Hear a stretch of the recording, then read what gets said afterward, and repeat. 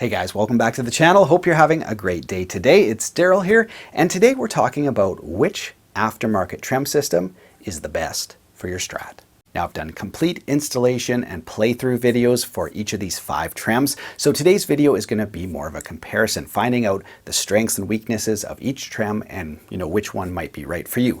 So as I'm covering each trem, I'll link to the full demo video. So if there's one that you want all the nitty-gritty details about, just click on that link. It'll take you to the full demo. But let's kick things off with our trems. So today we're going to cover trem systems that, number 1, don't require you to permanently modify your guitar. That's really important.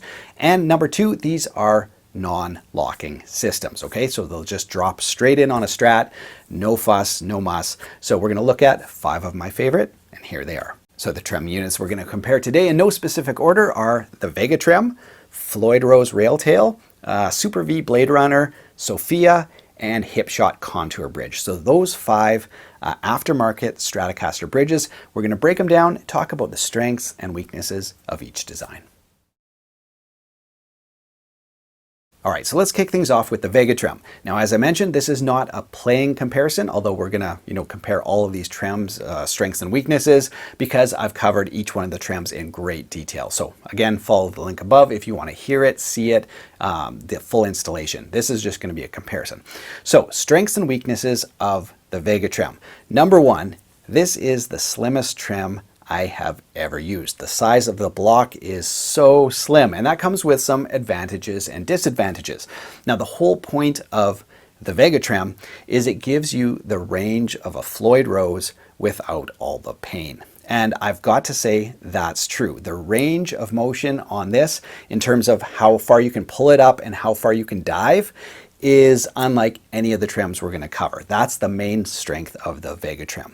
The range of motion is insane. And I'd probably say the second thing is the smoothness of the trem. It's right up there in the top of the pack. So the way it feels to use and the range of motion is unmatched by all the other trems.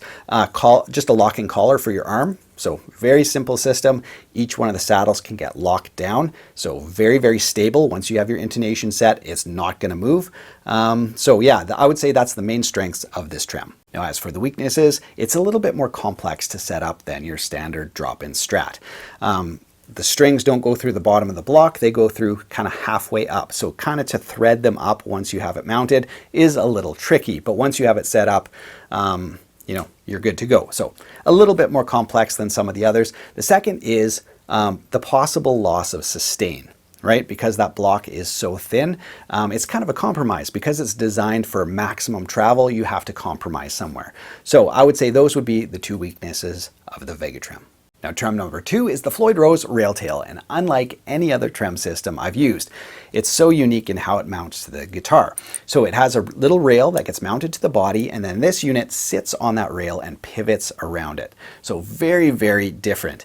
I would say the strengths of this unit, in my opinion, when it's on a Strat, it's one of the most aesthetically pleasing. I think it looks really great on a Strat. Aftermarket, beefy, but without looking too weird. Secondly, the machining and construction is insanely high quality. You've got roller saddles here. You've got just a collar with a locking set screw for your bar, so you can set it up just how you want. Strengths of this design, definitely tone transfer and sustain. It's so heavy. It's machined brass. Everything, like I said, is top quality. And the surface area that mounts to this unit is, unlike any other trem system. The contact between the body, the rail, and the unit all the way across is unmatched by any other trem. Now, as for the downsides, number 1, it's very, very expensive. Number 2, it's a dive-only trem. So you can dive way down with your bar, and the travel is very, very good, I've got to say. But up pull is non-existent. You can't float it or pull up. So it's dive only trem, and this one took a while to break in for me. So once I had it on my guitar, it took me probably a week before it would really hold tune well. So that's something to bear in mind too. There's so much contact area, I think it's just got to wear in a bit. So if you order the Railtail, be prepared to use it a lot and break it in, before it will really be, solid as a rock in terms of tuning. Now trem number 3 is the Sophia 2.22, which is their Strat model. This is a 2-point trem. It's a top loading trem, so the strings go through the back of each saddle instead of up through the block, although you can order a model like that. So advanced. This trem blew me away when I first tried it out. Such a cool design. So yes, advantages to this, super high quality.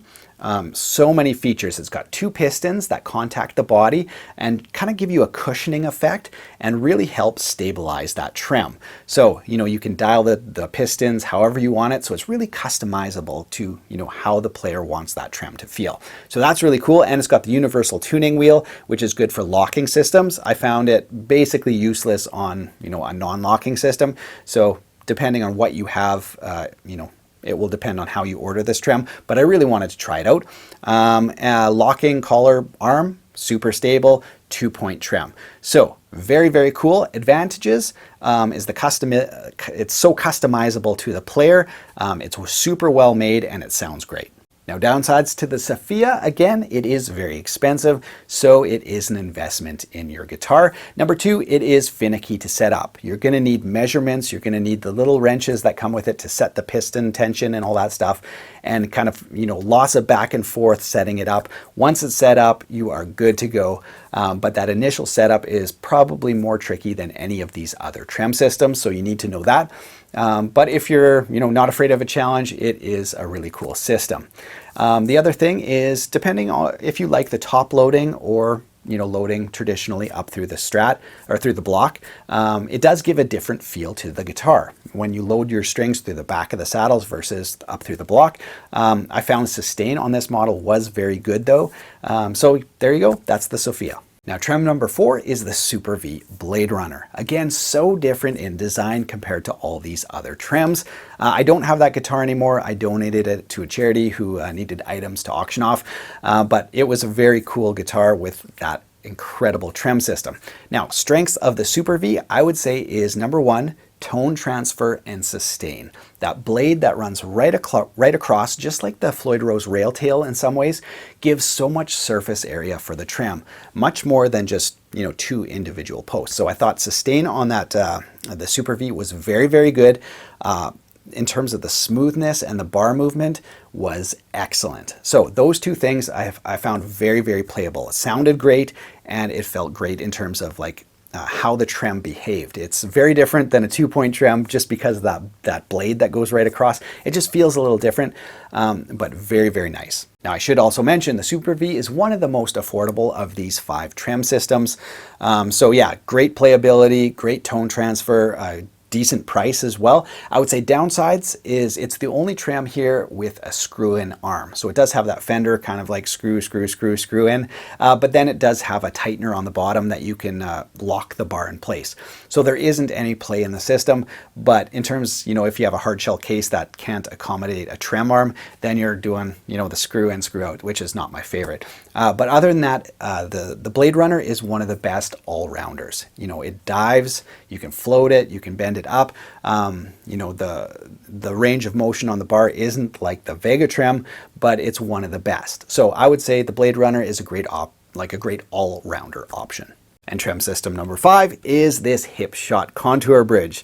Again, it's a great all-rounder. Price point is very good. So again, it's cheaper than some of these other high-end options. The saddles are amazing. It's got brass in it. Machining is very good.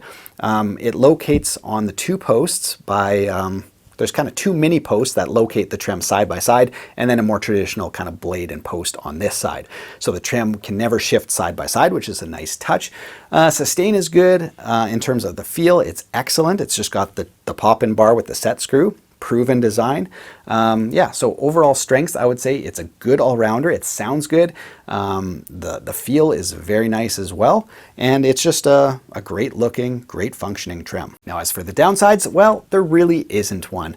This is just a great bridge. I would say if there is any shortcomings, it's just that it doesn't bring anything different or special or unique to the table. It's just a great, solid working man's upgrade. Now, if you do have a high-end Strat like an American Professional or something like that, you might not find it as big an upgrade as if you're putting it on a lower-end Strat, but it's just a great working man's trem. All right, so those are the Trems. Now it's time to rate them. So I've got certain criteria that I'm going to go through and give you guys the top Trems in each category. All right, category number 1 is sustain and tone. This is really important, and it's something that lots of players look for when they're gonna outlay some cash to upgrade their Trem system. So number 1 for sustain and tone, Floyd Rose Railtail, followed up by Super-Vee BladeRunner. I found those Trems of these 5 to offer the best sustain. Number 2 is tuning stability. How good are these guitars at returning to 0 after, bending up or down on the bar? Now this is a little tricky because the guitar is a full system in this regard. It depends on how well your nut is cut and the type of tuning machines that you have and how you wrap your strings and all that kind of stuff. It's a complete system.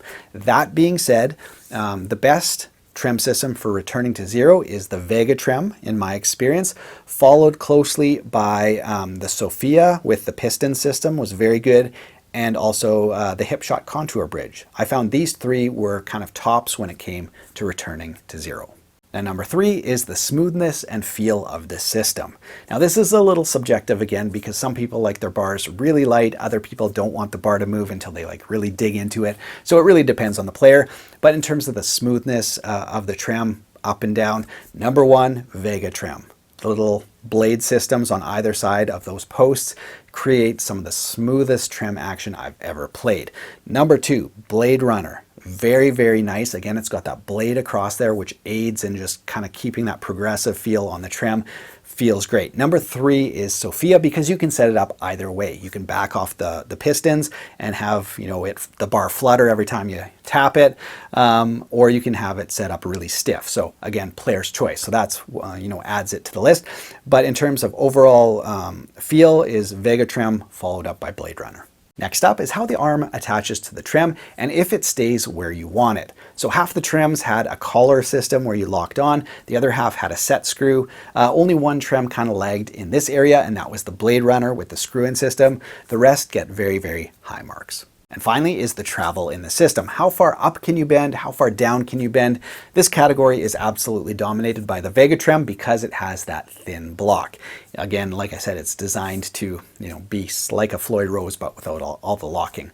So that category is kind of obliterated by the Vega-Trem. The rest, I would say, the Floyd Rose is dive only, but it has lots of room to dive. Again, you dive all the way down to the pick guard. I would say the Railtail, the BladeRunner and the Contour Bridge and the Sophia were all about the same.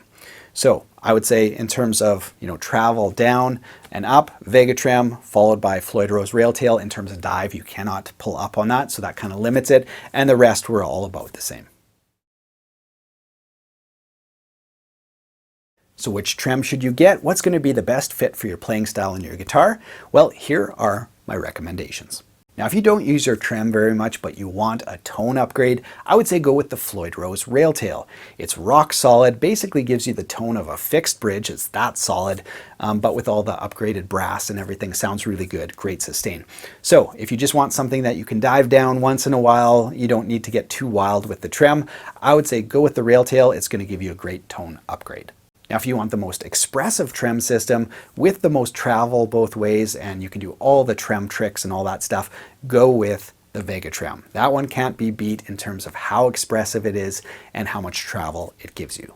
Now, if you want a Trem system that you can set up to perfection, go with the Sophia. It's got so many options on how to set it up. If you've never found a Trem system that kind of feels just right for you, try this one out because I'm sure you'll be able to set it up just the way you like it. Now, if you don't want any of these really specific areas of the Trems I've already mentioned, and you just want a basic upgrade to your guitar that's not going to break the bank, but still offers you, a realistic and real world upgrade, go with the BladeRunner or the Contour Bridge. Slightly different systems, both are fantastic, both are, reasonably priced.